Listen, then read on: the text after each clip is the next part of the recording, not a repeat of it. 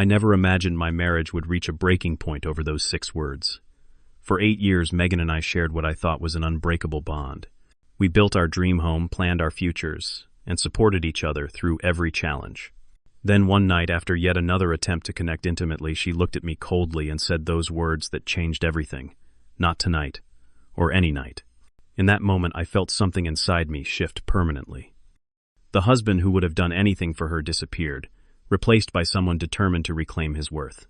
Before I share how I rebuilt my life after my wife's rejection, let me know where you're watching from in the comments below.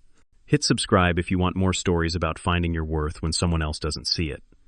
I met Megan during my final year of college. She was vibrant, ambitious, and made me laugh like no one else. We dated for 3 years before getting married in a beautiful ceremony surrounded by family and friends. Everyone commented on how perfect we seemed together, and for the first few years I believed it too. After graduation, I landed a job as a junior marketing specialist at Growth Tech Solutions, while Megan pursued her career in financial services. We supported each other through early career struggles, celebrated promotions, and saved diligently for our future. By the time I turned 30, I had worked my way up to marketing director, and we had finally purchased our dream home in a quiet suburban neighborhood just outside Seattle. The early years of our marriage were everything I had hoped for. We traveled whenever possible, hosted dinner parties for our growing circle of friends, and genuinely enjoyed building our life together. Our physical relationship was passionate and spontaneous. We connected in ways that made me believe this was what true partnership meant. The first signs of trouble appeared so gradually that I barely noticed them.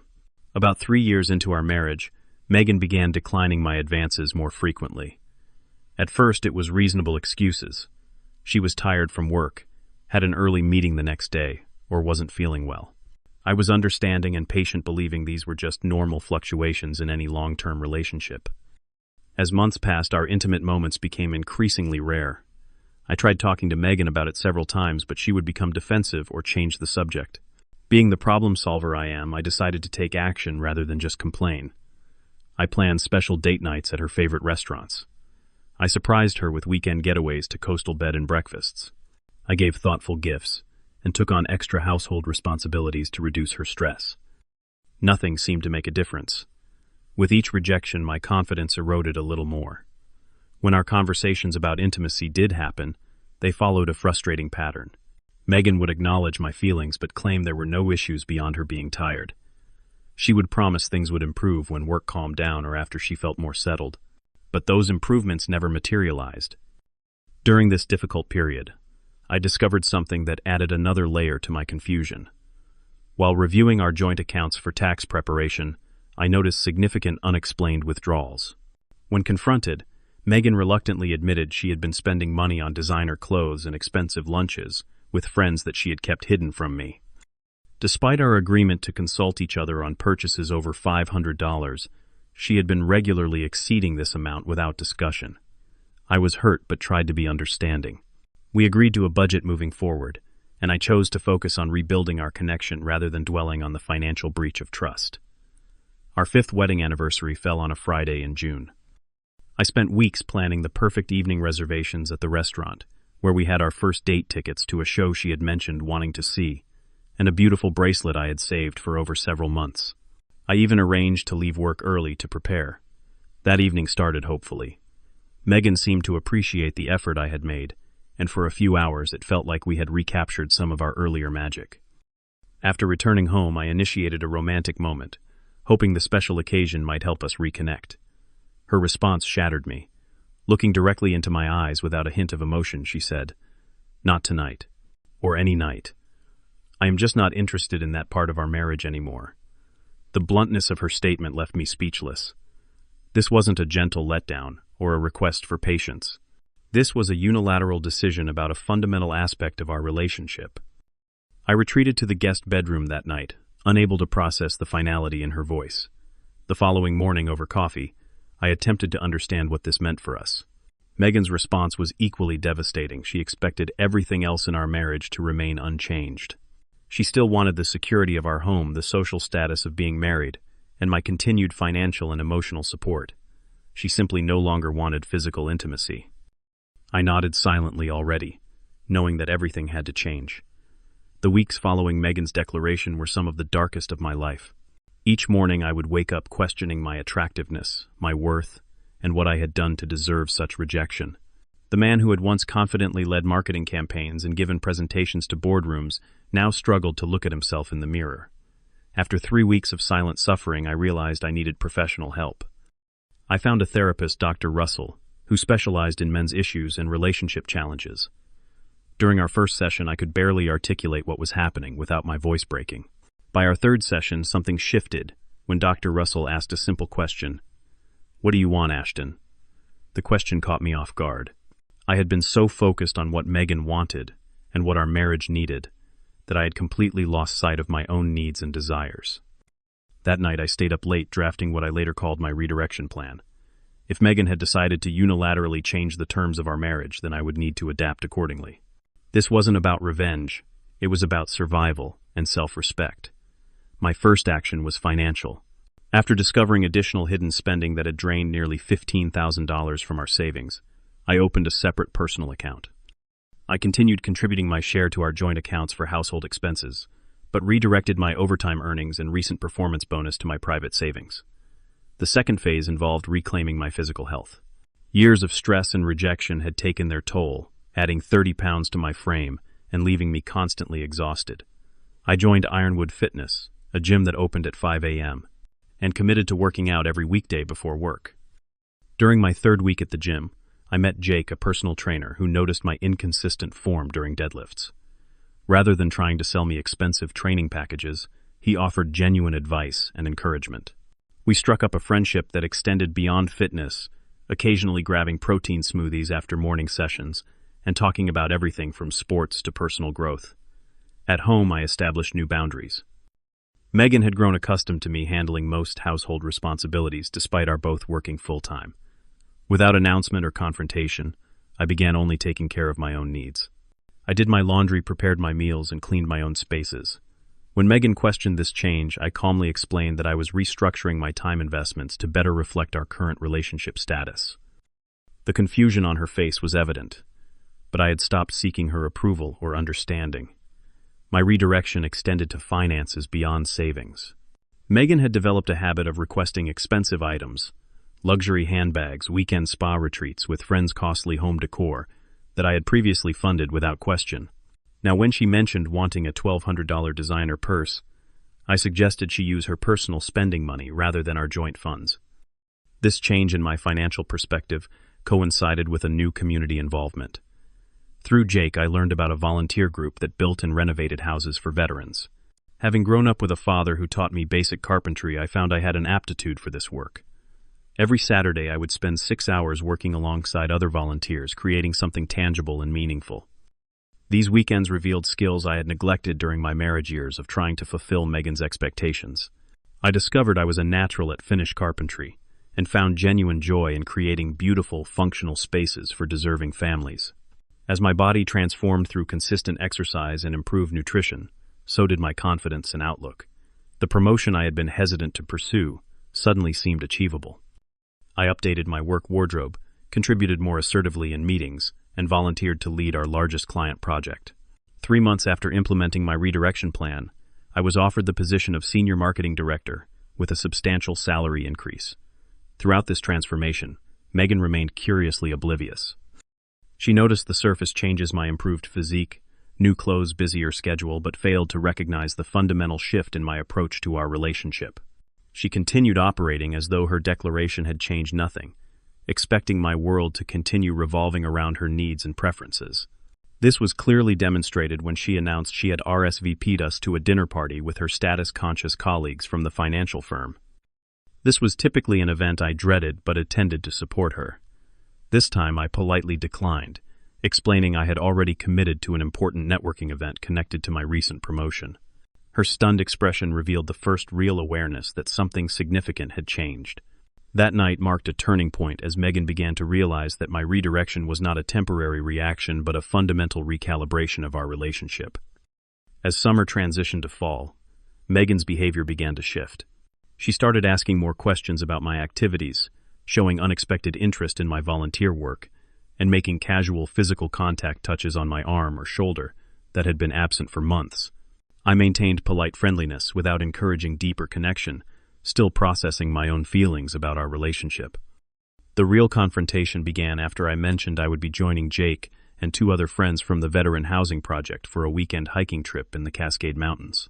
We planned to tackle a challenging trail I had been training for over several months. Megan immediately objected, reminding me that her company's annual dinner was that Saturday night, and as her husband I was expected to attend. In the past, I would have canceled my plans without hesitation, prioritizing her professional obligations over my personal interests. Instead, I calmly suggested she attend alone, explaining that my commitment to my friends preceded her dinner invitation. When she pressed harder, I stated what had become my unspoken philosophy. We are essentially roommates now, Megan. Roommates do not dictate each other's social calendars. Her face flushed with anger as she stormed out, slamming the door behind her. Throughout my weekend in the mountains, enjoying the physical challenge and camaraderie with my new friends, I received increasingly demanding text messages from Megan. I responded briefly and courteously, but remained firm in my decision to complete the trip as planned. Returning home Sunday evening, I found Megan waiting in the living room. The tense silence broke when she accused me of having an affair, claiming my personality changes and new interests could only be explained by another woman's influence. I laughed, not cruelly, but with genuine surprise at how she had misinterpreted everything. I showed her my phone with text conversations with Jake and our hiking group photos from volunteer projects and my therapy appointments. There was no other woman. There was only my reclaimed independence. What followed was our first honest conversation in months. I explained how her declaration had forced me to reevaluate everything about our relationship. You can't reject me intimately but expect everything else on demand, I told her. That's not how partnerships work. She seemed genuinely shocked, as though she had never considered the logical consequences of her actions. Through tears, she admitted she had taken my devotion for granted, assuming I would always prioritize her needs regardless of how she treated me. Then, surprisingly, she attempted to initiate physical intimacy, running her hand along my arm in a way that had once been our signal for interest. I gently removed her hand and explained that our issues went far deeper than physical connection. Our relationship needed fundamental healing before intimacy could be genuine, rather than manipulative.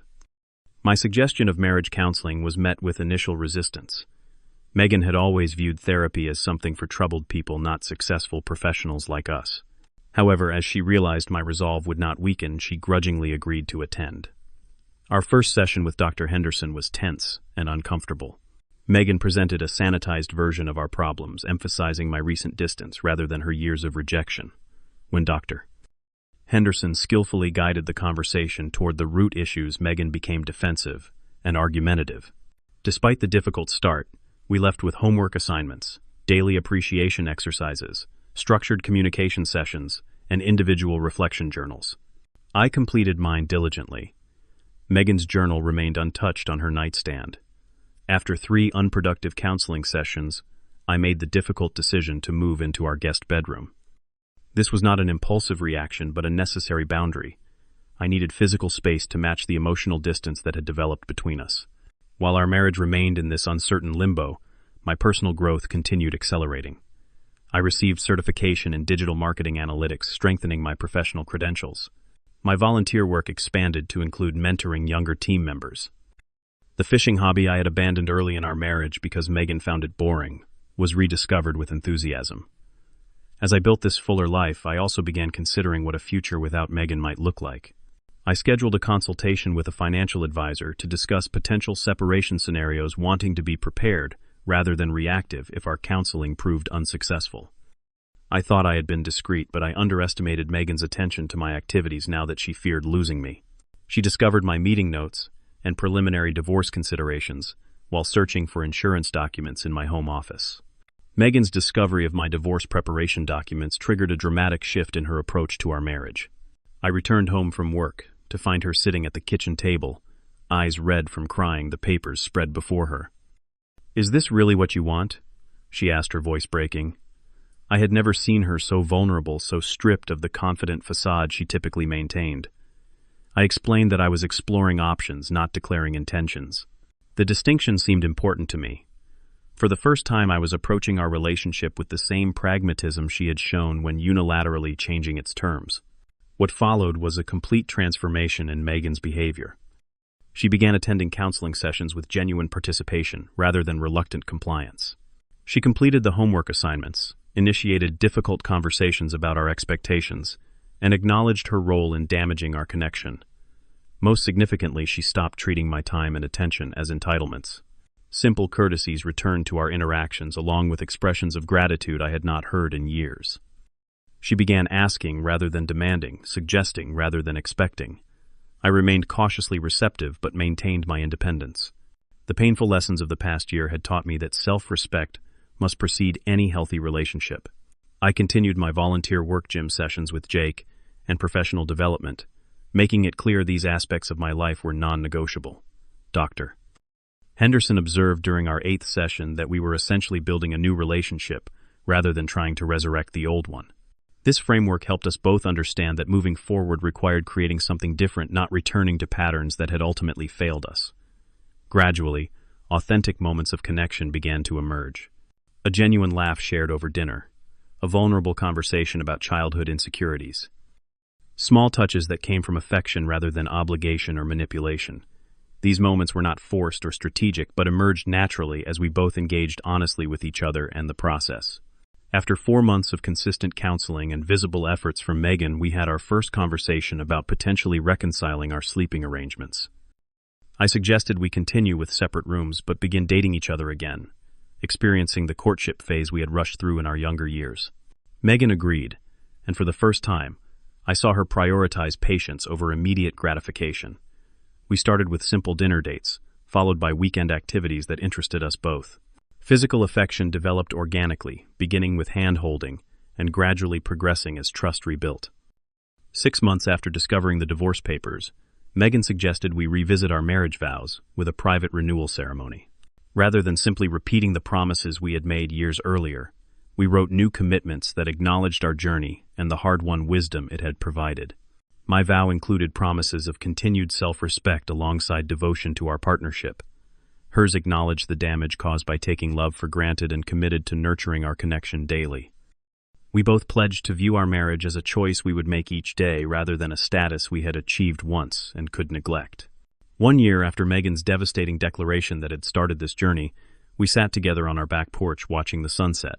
The silence between us was comfortable now, free from the tension that had previously filled every quiet moment.